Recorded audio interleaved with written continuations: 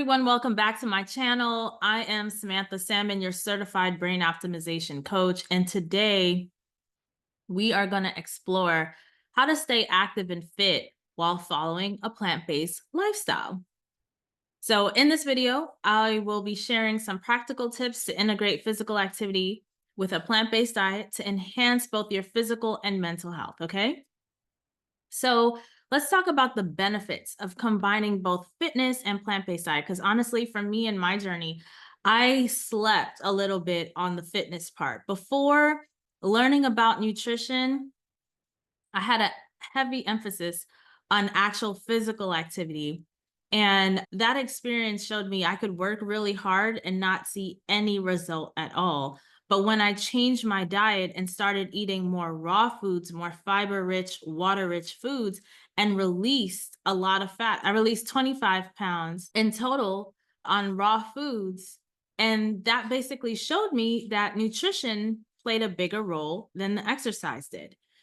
Fast forward sometime after that that insight, I found and saw evidence, scientific evidence that showed that nutrition plays a bigger role when it comes to releasing excess fat than exercise, right? There's a few studies that have been done on this. And so we know this is validated by science. I experienced it personally, and it's validated by science, right?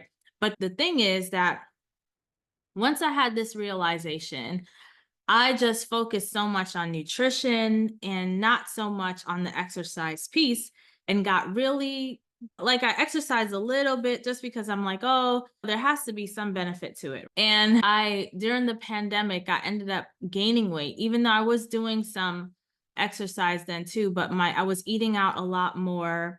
And the most exercise that I would do was just walking. I enjoyed walking my neighborhood, being in the sun, and it just allowed me just a little break to stretch my legs. But ever since learning more about the brain, and specifically, it was Dr. Daniel Amen's book, The End of Mental Illness, where he pretty much introduced me to the fact that the health of the brains, like all the brains, right, in our society, is making for an unsafe, unhealthy environment. There are certain things we have set up in our society, in our environment, that is making for unhealthy brains and makes the whole society unsafe, unwell, right? So it perpetuates mental unwellness, right? And pretty much we need to be focused on the health of the brain, because the brain is the organ of our personality. In order for the brain to be well, it needs blood flow. And in order for it to have proper blood flow, we can't be sedentary. We have to be working out. Strength training and muscle development is a part of this. Cardio is a huge part of it, right? We need to get blood flow to the brain, and the strength training actually corresponds with the brain and makes the brain bigger, right? Makes the cerebellum bigger, which gives us more cognitive function, more tissue for brain reserve, right? Which is, I've done a training on this. If you're interested in my training on brain reserve, let me know, where I talk about basically brain reserve is extra tissue in the brain that allows for you to be more resilient during times of stress, regardless of what the stressor is. This is the huge role that exercise plays. So literally, if you think about the functioning of the brain, your prefrontal cortex is the CEO of your brain, thinking through consequences and planning and strategizing. So you come home after a long day of work, you're tired, and your brain's, should I work out? Should I not work out? If your prefrontal cortex is getting proper blood flow, it will direct you into working out because you've already made a decision one time. So you don't really need to spend time continuing to make this decision, right? You decide, you organize your life around it, you set up the healthy boundaries, and then you execute on that plan, right? But if your prefrontal cortex is not getting proper blood flow, then you're going to be more impulsive and just not work out. Just do whatever it is you want to do. Same thing with the anterior cingulate. If the anterior cingulate is overactive or underactive, it will impact your decision making and how you maneuver and react when it comes to exercise, right? And being consistent around this, which is why we want to make sure that the brain is getting proper blood flow, not just from clean nutrition, But also from exercise, when you exercise on a regular basis, you give the brain what it needs to operate well, which will then help you stay consistent with your exercise routine. On top of that, you have the benefits that exercise just tends to give you: energy levels, enhanced recovery, right? When it comes to plant based nutrition, that's why it works. It basically works together. Eating clean, eating whole food vegan, and especially with the heavy emphasis on raw foods, you'll notice that your body is less inflamed. So for folks who, I don't know if any of you have seen the movie The Game Changers, they focus in on athletes. Athletes have a quicker, speedier recovery when they eat these foods because they're anti-inflammatory, they're rich in antioxidants. Eating these foods improves your energy level. It improves mental clarity because of what I mentioned with the brain. Some essential nutrients to be mindful of for active people. You're working out right now and you want to stay active. What essential nutrients should you be thinking about, right? Protein is important, of course. Everyone talks about protein, but as long as you are eating enough, you will get enough protein. That includes beans, lentils, tempeh, quinoa, nuts and seeds, right? Tofu. However, I find if you're on a fat loss journey, tofu may not be the best thing for you. Eating the fake vegan meats, right, is not necessarily the best thing for you because there's a lot of oil and fat in there. I like to go with the healthier proteins. And on top of that, leafy greens have a ton of protein per calorie, right? So you have very low calorie and high protein. And I've found in my fat loss journey that has been the most helpful to include more leafy greens, especially as I age. When I was younger in my 20s, the fruits was enough, but the greens are becoming more and more important as I age. When it comes to typically when I talk about macros, I don't really like to talk about carbs because once we're eating our species specific diet, it's all carbs, right? All plant foods are carbs, which is the main source of energy for the body and the brain. We want to lean really heavy on the fruits, on the vegetables, on the legumes, right? When it comes to whole grains now, if you are a runner and you're burning lots of calories with lots of cardio, then these types of foods are going to be really great for you because you will have more to burn in these really high energy need activities, right? If you're doing something like a strength training, weight loss, or fat release type of program, like me, I don't do too much like heavy, high intensity cardio. I do more long, low impact, steady state cardio and strength training. And so instead of focusing on whole grains, which has a lot of calories, and if you identify as an overeater, you could definitely overeat on that.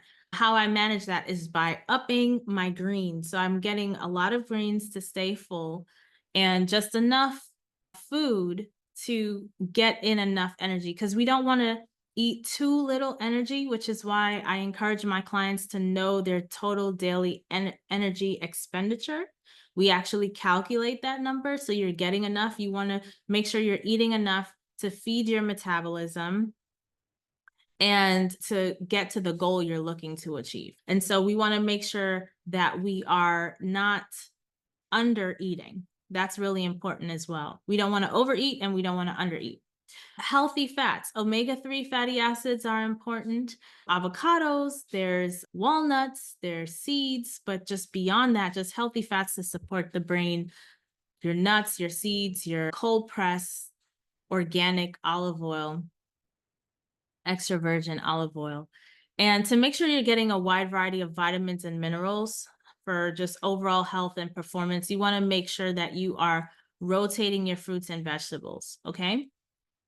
So how does the nutrition fit in with the workouts? So when we think about balance, because I know the word balance, people are thinking about that as they're thinking about meals. And I explained before that the food is pretty much already balanced. However, if you're doing a pre-workout meal, you may want to incorporate some protein in that, right? So sometimes, depending on like how close to the workout I'm going to, I may have a handful of nuts, but sometimes it's even sufficient to have a banana, right? Banana does have protein in it. You're going to get more protein from the nuts. Depending on what you're doing in the workout, one may be better than the other, right? If it's a heavy cardio day, maybe go with the banana. If it's a heavy strength training day, maybe go with the almonds, right? If you are eating further out from the workout, like 2 to 3 hours before, you can have even something a little bit more substantial. If it's a lunchtime or dinner time, like quinoa and chickpeas, or a smoothie with spinach and banana, and maybe almond butter in there. You want to make sure you're drinking plenty of water before, during, and after your workout. A very healthy rule of thumb is half your body weight in ounces of water. So what do you do after the workout? You, again, like within 30-60 minutes, you can have a little snack, and that could be a banana or just some almonds. You could do a whole meal if you want to at that point, right? And so if you're looking for meal ideas, I do have a summer menu, a summer meal plan in the description to this video that you can download and get some recipe ideas and have a meal plan to follow. For some tips on how to incorporate physical activity in your routine, you want to find what you enjoy, something that you can stick to consistently, right? So if you're just starting off, 30 minutes of cardio activity 5 days a week is great. Just to develop the consistency, you want to work up to a little bit more, like an hour a day, hour and a half a day. What the science says is that the more movement you do, the better.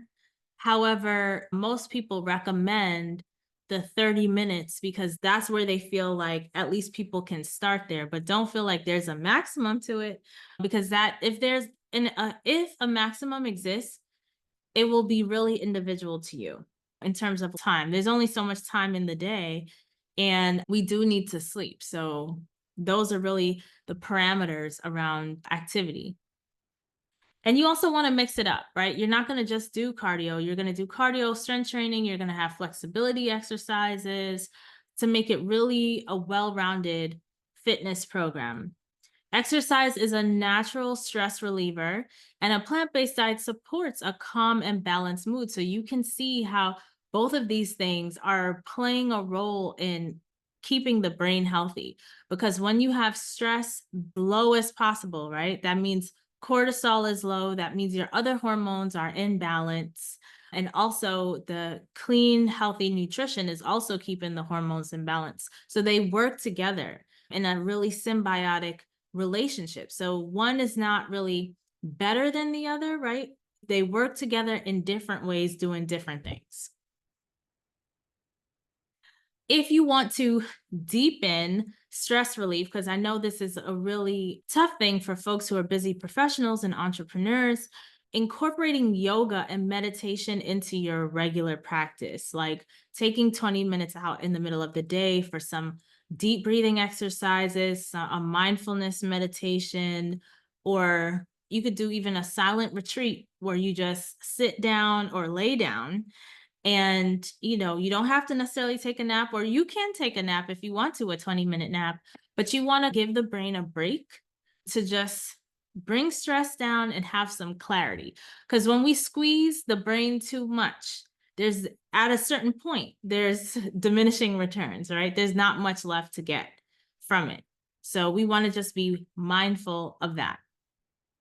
So hopefully today's episode was helpful for you. We explored how to stay active and fit with a plant-based lifestyle, focusing on the nutrition and exercise, how that actually helps the brain. And when we help the brain, it helps us stay consistent. Combining a plant-based diet with regular physical activity is a powerful way to enhance your overall health. It's because you're enhancing the health of your brain, which is the organ of your personality, how you show up in community, in other spaces, what you think, feel, and do, right? So you want to make sure you focus in on making sure that your brain is healthy. So if you found this video helpful, give it a thumbs up and subscribe for more plant-based living tips. Comment below with your favorite plant-based fitness tips or any questions you have. Download my free summer meal plan designed to support you and your entire family to get more into plant-based nutrition. This is the nutrition that staves off cognitive decline, that can reverse type 2 diabetes, that can stave off cardiovascular dysfunction, all of that, right? So this is like really the diet to get your whole gut healthy and well. And when your gut is healthy and well and your cardiovascular system is healthy and well, then your brain is healthy and well. All right, thanks for watching. Stay active and fit with a plant-based lifestyle. It's not only achievable, but incredibly rewarding. So see you in the next video.